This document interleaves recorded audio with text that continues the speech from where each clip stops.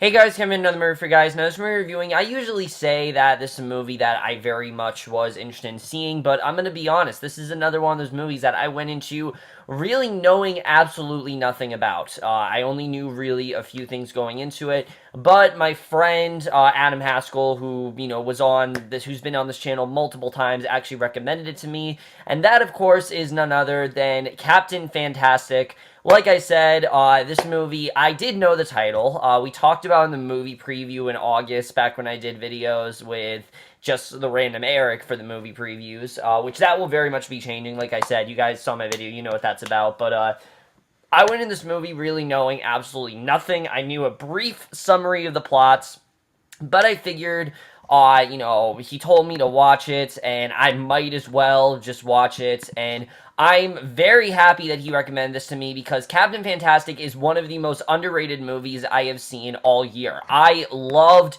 Captain Fantastic.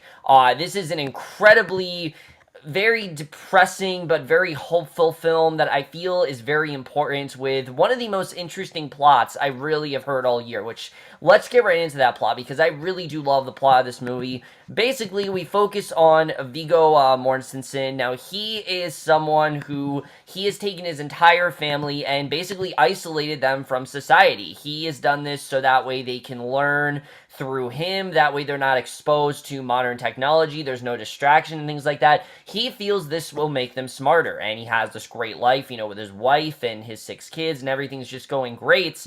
However, his wife then suddenly is hospitalized for bipolar disorder, and she ends up committing suicide, and he ends up suffering this great loss with her leaving, and basically realizes that he needs to get his family out of there in order to cope with this loss, and realizes when he gets out into the real world that he and his family are not at all prepared for what the real world has to bring. And that's all I'm going to say because I do not want to spoil the rest of this movie.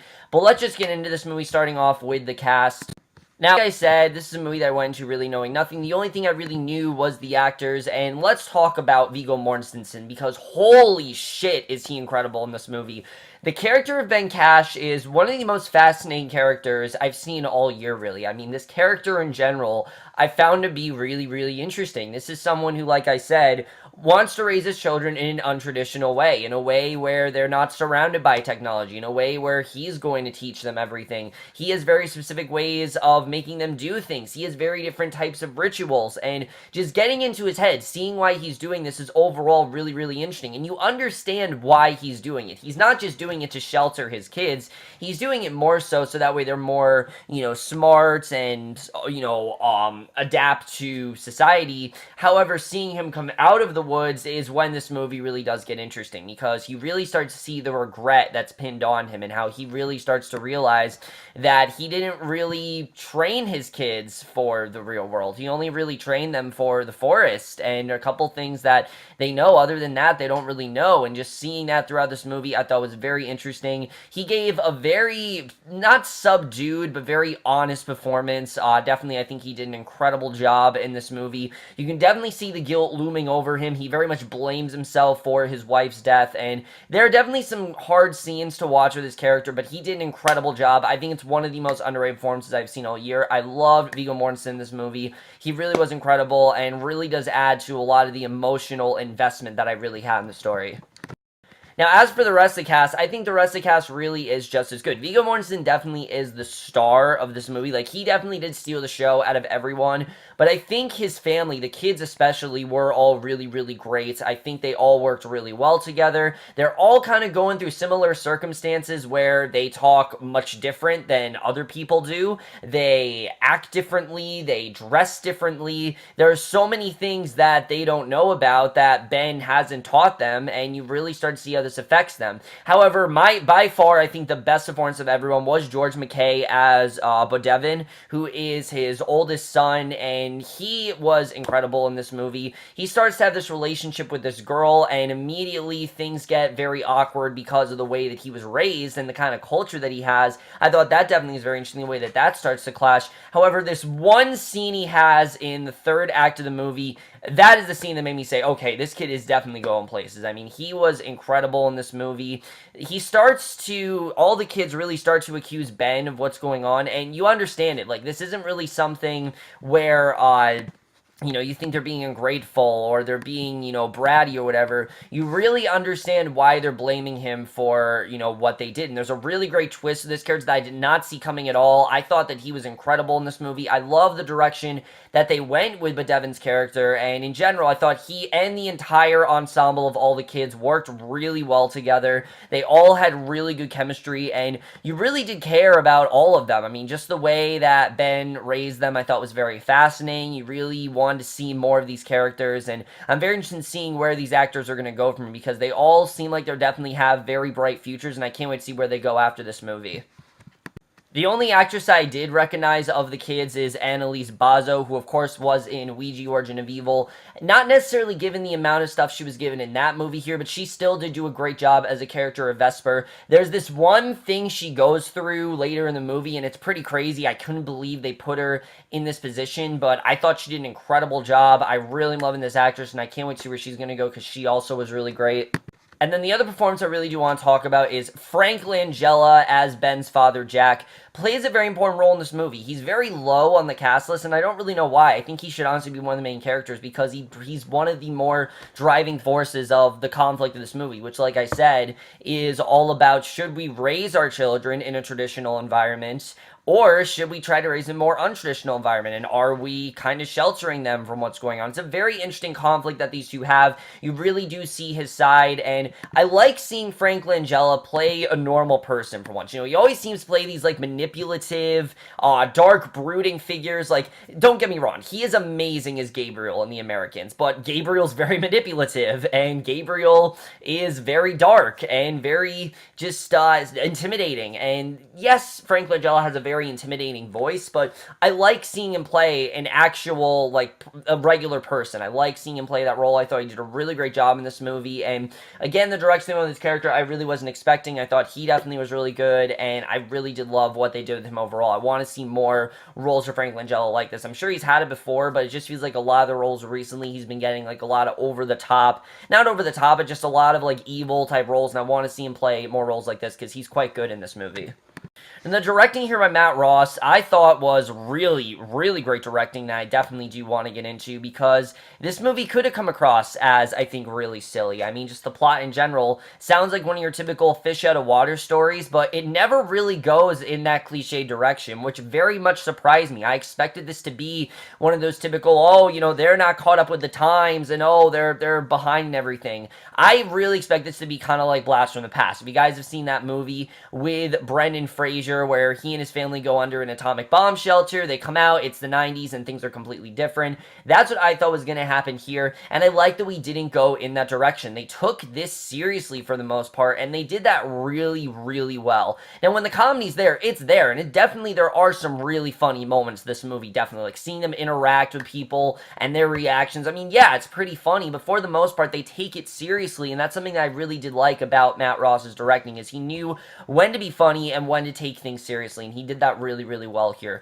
But let's get to the screenplay, because this, in my opinion, is one of the best screenplays of the year. I really did love the screenplay of this movie. I think it was so well written, and it has so much to say, I think, about life and death and things like that, especially when it comes to the idea of grief. The way that this can change everything, the way this can divide a family, it can divide a family, it can change a family, and the way it definitely changes this family is very, very insightful, and I think they showed that very well here. I very much enjoyed the way that the writing was done. It's very sad at points to hear where they're going with his wife's death, who for a while, he kind of tries to ignore her funeral because he kind of wants to steer away from it, but you can see throughout the movie that obviously, he knows what needs to be done, and I thought it was a very interesting little subplot for his character, really what to do about his wife's funeral, which he's kind of ignoring. I thought that definitely was very interesting. I thought they did that really well. well. And the character of Leslie, even though she's not in this movie for that long, you really do understand why she committed suicide, why she went crazy, and how she really wasn't necessarily okay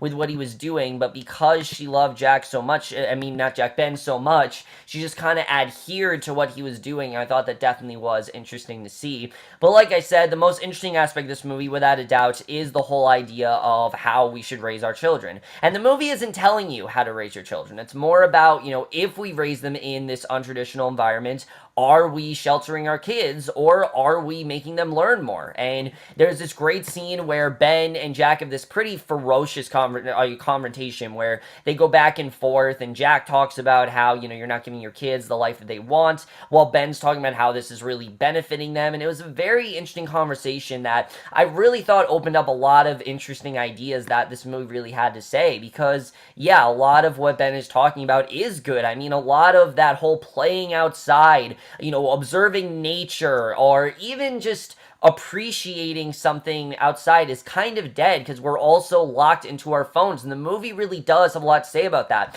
But what I really did like is that it doesn't try to beat you over the head with a dead horse about it. It really doesn't, and that's something that's very rare nowadays. A lot of times you'll get the message shoved in your face, but this movie really does not do that. It's present in the movie because it needs to be, but it's not really shoved in your face the entire film. The movie is more about the family and how they acclimate to this environment, and how very quickly they kind of start to realize that this is the life that they want, and kind of realize, what life they really need to have. And that's something else the movie really understands, that the movie does understand that life in general isn't really fair. What you want in life is not necessarily what you're going to get, and the directions that you go are not going to be the directions that you necessarily want to take, but they're the directions that you have to. And that's something this movie just understood really, really well. I'm not saying other movies don't, but this movie just understood that really, really well, and I think they stuck to that whole message of, life is very precious and you need to try to savor every single moment that you can.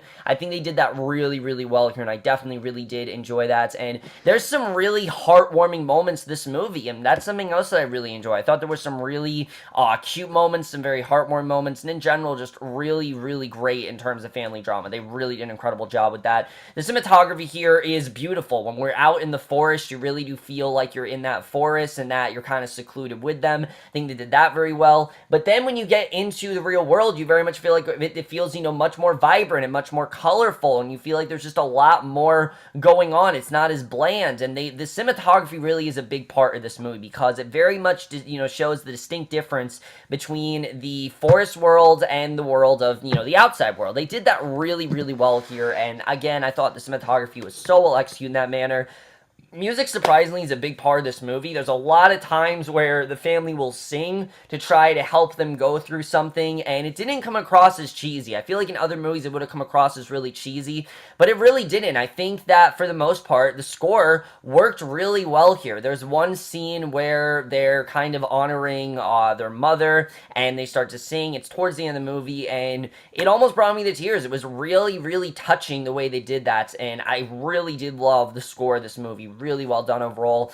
My only complaint with Captain Fantastic is that it did take a little while to get going, I'm not gonna lie. When we're in that forest, as interesting as it was to see, Ben's philosophy and everything, I was a little bit taken out of the movie a little bit. I will definitely say. It took a while to get going. I was into it. It's not that I wasn't into it. It's just when Leslie died, that's when I really started to get into the movie. I think the movie got a lot better after that. The pace really picked up, and I wouldn't say it was necessarily slow. It's kind of supposed to be that way, but I do think that the pace did pick up a little bit after Leslie died, and then we kind of went from there, and I think they did that really, really well. And other than that, though, I really did love this movie. I think the editing was very well done. I was into the movie the whole time. It really did fly by for me. And, even that part, like I said, that I was a little bit disinterested in, I still was very much into it, despite the fact that it was a little bit slower than, most. When it really comes down to, guys, I absolutely love Captain Fantastic. This is a movie that I really feel has been very underappreciated. I haven't really heard many people talk about it, and it's kind of disappointing because it's a very important movie that really has a lot to say about, like I said, society and cultures and really just the different ways that people live, and it took what could have been a very very, I think, very preachy, religious film, and made it really subdued and made it just feel real, and it did it in a way that other movies don't. And besides that very, that first, like, 20 minutes, which is, like I said, a little bit of a rocky start, I absolutely love Captain Fantastic. This is by far one of my favorite movies of the year, and I am overall going to give Captain Fantastic a 4.75 out of 5, or an A. This is an incredible movie that I really do encourage you all to see. It's very different than what you might expect it to be, but it goes in a very uncliched route that I was very impressed with overall. It's a movie that I really do recommend you guys go in not knowing much about other than what I've told you, because it very much will surprise you. It has also by far one of the best endings of the year, one of the best casts of the year, and overall one of the most interesting concepts of the year that I think was one of the best executions, and overall just one of the most interesting films that was just something that was a very different look at what could have been a very familiar film, but took it in a very unfamiliar route, which is one of the reasons why this movie impressed me as much as it did. But overall, guys, remember, you Captain Fantastic. Let me know what you guys thought of this movie overall. Loved your thoughts, and I absolutely love this movie. And I will see you guys in my next video, which will be for another movie review, and we'll see you guys for that. Okay, bye. Also, guys, I'm not sure when it's going to go up, but pretty soon I will be doing a collab review with Tony, aka 22 Tiger Dude, on his channel. So definitely check that out. He's doing a series of Christmas reviews, so definitely look forward to that. And the movie that we'll be reviewing is I'll Be Home for Christmas. I'm not quite sure when that's going to go up, but whenever that goes up, definitely look out for that. I will try to leave a link and things like that when it comes out, but just wanted to tell you guys about that. But either way, guys, that's it for this video. Hope you guys enjoy it. We'll see you guys in the next one. Okay, bye.